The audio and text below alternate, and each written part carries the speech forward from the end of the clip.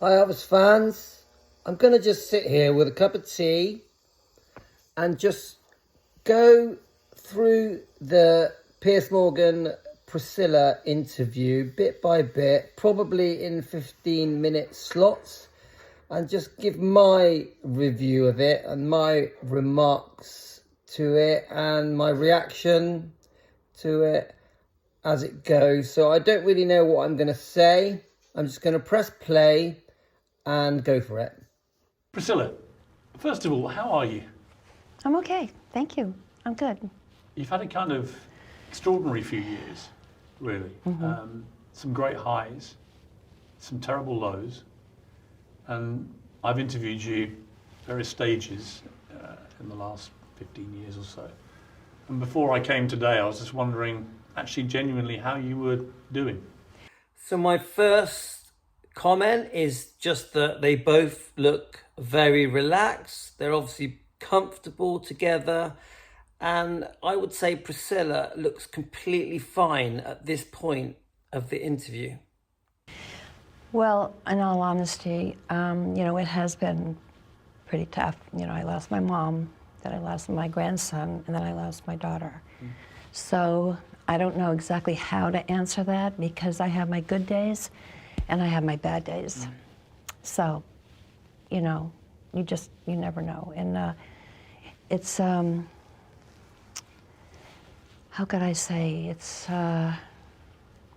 it's difficult. And I know Priscilla Presley is larger than life and obviously extremely strong views about Priscilla and Elvis and their life together. And I know, as I always say, there's a lot of people that dislike Priscilla, but there's also a lot of people that really like Priscilla. But she is just a human being. She's lost her daughter, her mother, her grandson. I don't care what anyone says about Priscilla, about being a money grabber, that she never loved Elvis, or that she was only with Elvis for his money, which I don't agree with, by the way. But she is a human being with feelings, and she hurts just like we hurt. And what has gone on in her life, for me, must be unbearable.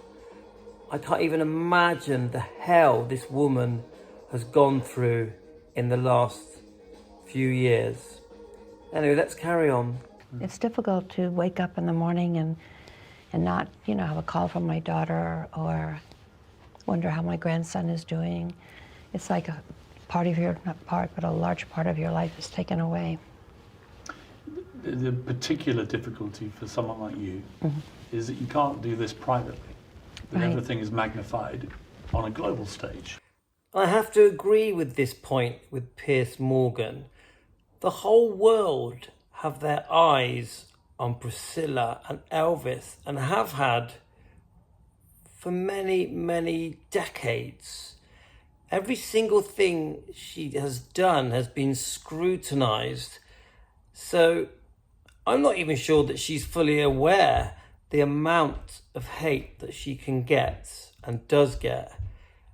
But there's also an outpouring of love for Priscilla and especially for Elvis. Let's carry on listening. And there was a quote which really resonated with me, I suspect it will with you, from Baz Luhrmann, who of course directed Elvis the movie.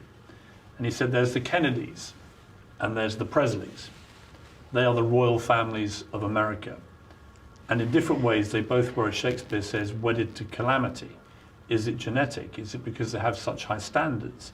Is it because the world watches them? Maybe. Because to be American royalty is not just to have your country watch you. To be American royalty is to have the whole world watch you. Did that resonate with you? I'll be honest with you. As a guy living in the UK, the point he's just made doesn't really seem relevant to why Priscilla is doing this interview with Piers Morgan. I think probably a big part of it is to promote the new film Priscilla. But I also think that Priscilla is trying to set the record straight in this interview about all the misconceptions that are going on TV and in the tabloids about the situation with Riley Keough and Graceland Estates, and just a lot of the things that are said about Priscilla and Elvis that she thinks have been misunderstood. Anyway, let's carry on. Absolutely, absolutely. You know, when you're living a life, you know, I mean, being married to Elvis Presley, you don't really know what you're getting into, especially when you're younger. I'm going to jump in on this bit. Yeah, she was 14 years old, living with her parents in Germany. And if you follow the story with Elvis and Priscilla on how they met, she was still at school, and completely out of the blue, someone asked her if she would like to meet Elvis Presley, and then she ended up being at one of Elvis Presley's parties. So there's no way she ever could have even imagined the way her life was going to unfold from the moment she met Elvis Presley, the most famous man on the planet. And, you know, you have to adapt to not really having your privacy. Things getting out that you wish didn't. You start thinking, my gosh, you know, I have to be careful, you know, what I say, or it'll be taken wrong, or they'll add on to it. So it's been a journey, there's no doubt. I think she's referring to being in the public eye, and that everything she does is scrutinized and be taken out of context. Let's carry on. There's a movie now about you. You're centre stage. It's your life. It's called Priscilla. And when they first aired it at the Venice Film Festival, you were there. And at the end, there's a very moving clip as you get a standing ovation for about 7 minutes from an ecstatic crowd, and you're in tears at the end. What was it that moved you in that moment? For the movie getting that kind of reception, I never, you know, when you have a movie that's about you, you never know how people are going to take it. You never know if they're going to understand it. And she makes a great point here. If people will understand it.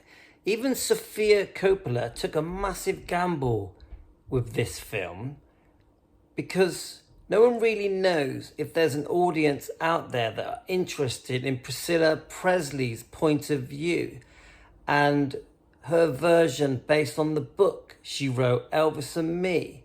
And I think even Priscilla was very insecure and worried about the kind of reception and reaction this film would get. So I completely understand this point. I mean, they have their own, you know, with Elvis, people, you know, that's a big name. It's a big name. And I was happy because it had a standing ovation. I was happy for Sofia. She was quite nervous about Sofia it. Coppola is Sofia Coppola, right. I was nervous too, not knowing how people are just going to, you know, not do anything and just so very nice and get up and leave. So it was a surprise to both of us how well it was received. And a massive relief. I think Kaylee Spaney won the award for Best Actress in this movie. Let's carry on listening. Is it an accurate depiction, do you think? Not just of you, but of your relationship with Elvis? I think so. I think she did a, you know, I mean, she did some homework. I mean, she and I, we talked about it. And, you know, living with Elvis Presley, people think, oh, how wonderful, that's great, it's Elvis Presley. But I went through the ups and downs with him, you know, a very crucial part of his life. I think it's well documented that this relationship had some very big highs and very low lows. It was a tough relationship for Elvis and Priscilla. there was obviously unfaithfulness and major arguments. Elvis had a temper, as we all know, and I just think they spent way too much time apart. So unfortunately, it was always destined to end in a bad way. Thanks everyone. That'll do for now. We'll do some more another time.